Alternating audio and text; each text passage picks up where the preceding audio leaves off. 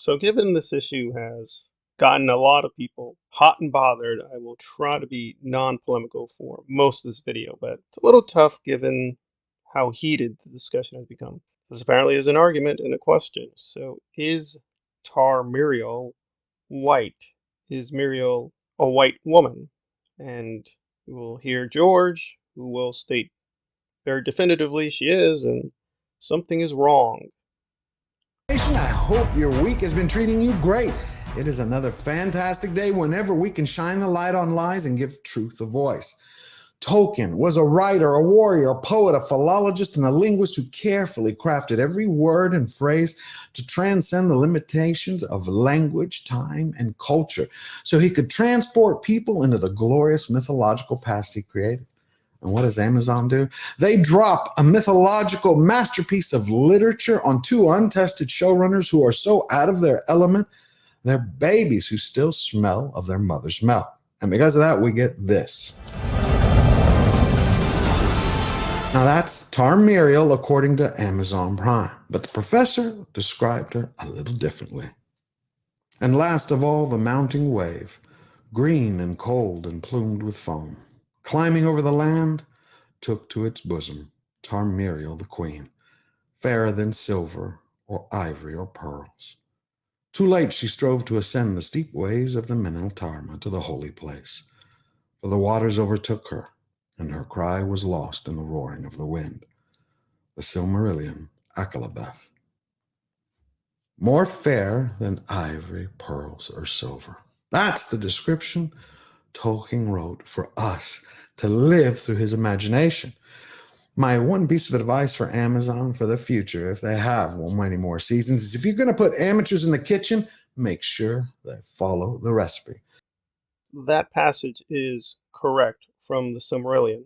I'm not going to do an in-depth coverage of the Silmarillion itself, but it really should be told to the audience. First of all, this isn't really a Tolkien text. These are basically just a lot of notes he compiled.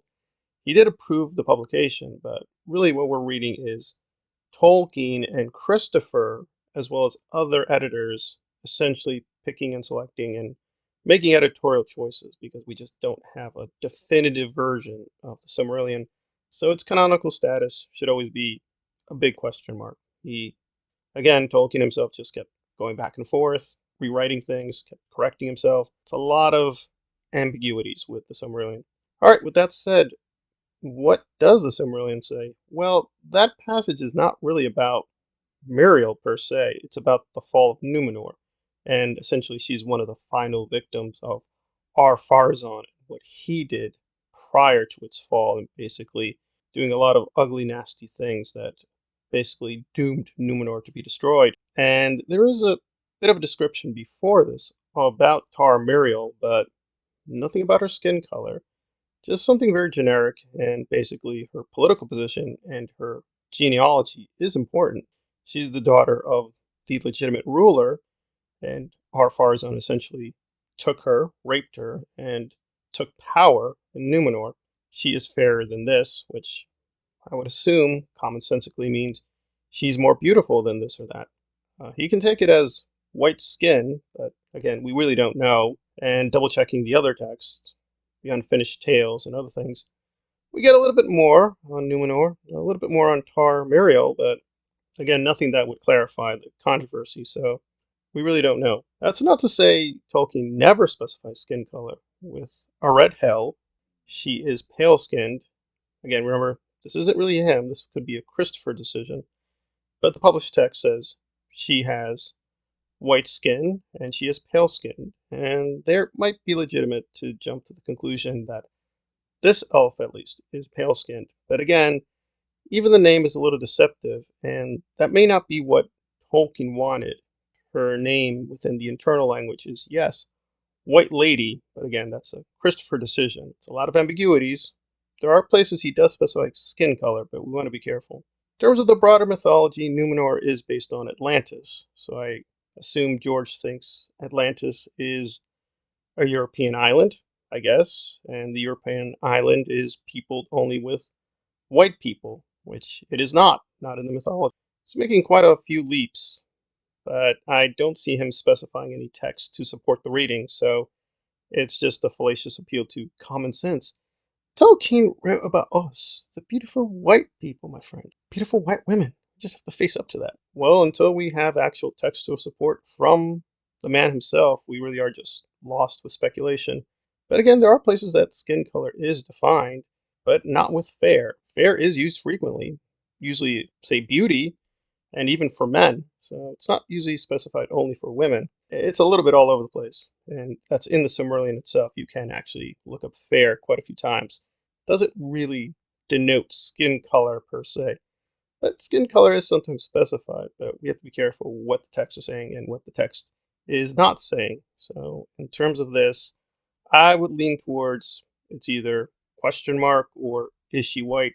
No. In terms of the other texts, he does say that Numenor is based largely on Italy and Egypt. Geographically, we're talking about a place that is either in Africa, near Africa, or in between Europe and Africa. Again, could be possible that the quote persons being specified are pale skinned, right? Because Italy does have that, so does Egypt.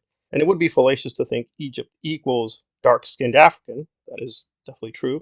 Egypt has many shades.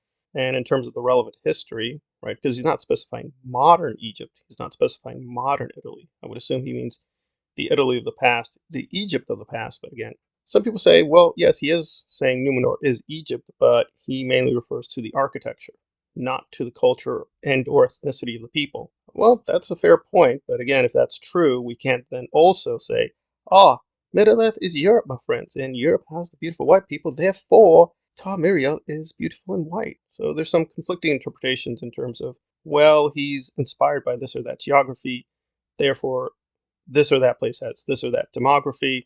We really don't know that. But if we are going down that route, Egypt is not in Europe. It's possible she is pale skinned. It is possible she's white. We really don't know. I would guess that yes, the casting does have political choice behind it, and that's fine to criticize. But in terms of the actual text, in terms of if you want a mental image of Tar-Míriel, we really don't know. We just know generically she's beautiful. She's the daughter of this or that political leader, and that is it. That is her main function within the plot of the Silmarillion. She was a politically important person, and power was usurped, and she died tragically. Though there are versions where Muriel actually joined Ar-Pharazôn willingly, and there are definitely touches of Egyptian history because Ar-Pharazôn, of course, is a play on the word of pharaoh, which obviously alludes to Egypt and its history. There we are. So, in terms of answering the question, do we know her skin color? No. Is it probabilistic that it is white skin? Well, looking at the relevant texts, no, but we don't have a definitive answer. But just assuming lazily, it means white European woman who was pale skinned. We don't have any textual support for that. It's unclear why certain fans, again, not experts, are making a lot of weird conclusions about the Silmarillion. All we're getting is she's fairer than silver, fairer than ivory, and fairer than pearls. Could mean white skin, or it could mean she has a shade of skin that is quote, white to yellow. That might be fine, but that would make her more Asian. That's also possible, or Middle Eastern. It's also possible. And if you want to equate Middle Eastern women or Asian women with white, that is your prerogative. But again, the text is not exactly clear here.